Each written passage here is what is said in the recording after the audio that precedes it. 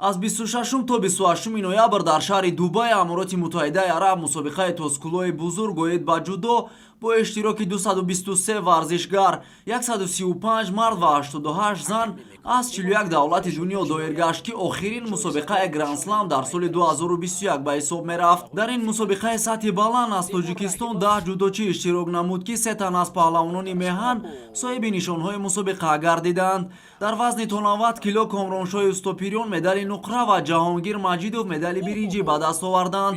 Паҳлавони сангилвазни тоҷик Темур Раҳимов ин мусобиқаро бо нишони биринҷӣ ҷамъбаст намуд. дар рақобат барои мақоми сеюм ҷудочии номдори тоҷик бо варзишгари рус Валериан Довитский нерӯ санҷид. Рақобати варзишгарон то голден скор тур кашид ва Темур рақибро ба тахтапуш зад ва медали биринҷӣ ба даст овард. Пас аз анҷоми Абу-Даби Гранд-слам 2021 Темур Раҳимов ба ватан баргашт.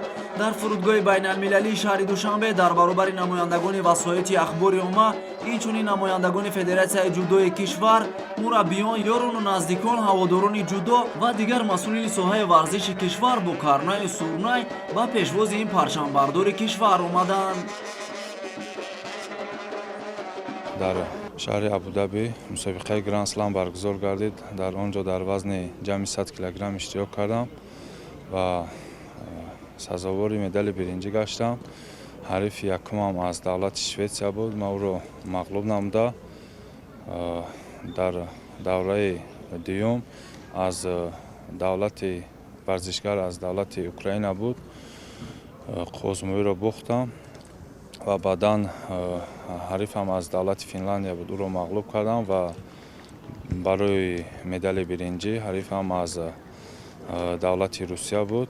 Ман ӯро дар голден скор бо усули ҳукумата мағлуб намуда сазовори медали биринҷӣ гаштам. Вақте қуръакашӣ натиҷааш баромадагӣ буд, мо диламон пур буд, ки худо хоҳад аввалин медали тиллоро ба Тоҷикистон ба ватан меорем ва чӣ хеле ки дидед варзиш аст.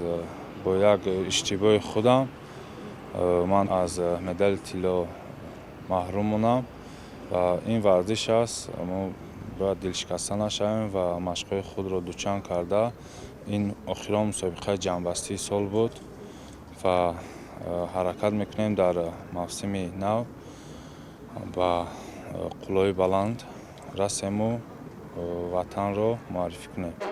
ёдовар мешавем, ки нишони дуюми Раҳимов аз рақобатҳои мусобиқоти тоскулои бузург дар соли 2021 ба ҳисоб меравад. Чанд ҳафта қабл Темур Раҳимов дар Гранд-слами Боку барандаи медали нуқра гардида буд.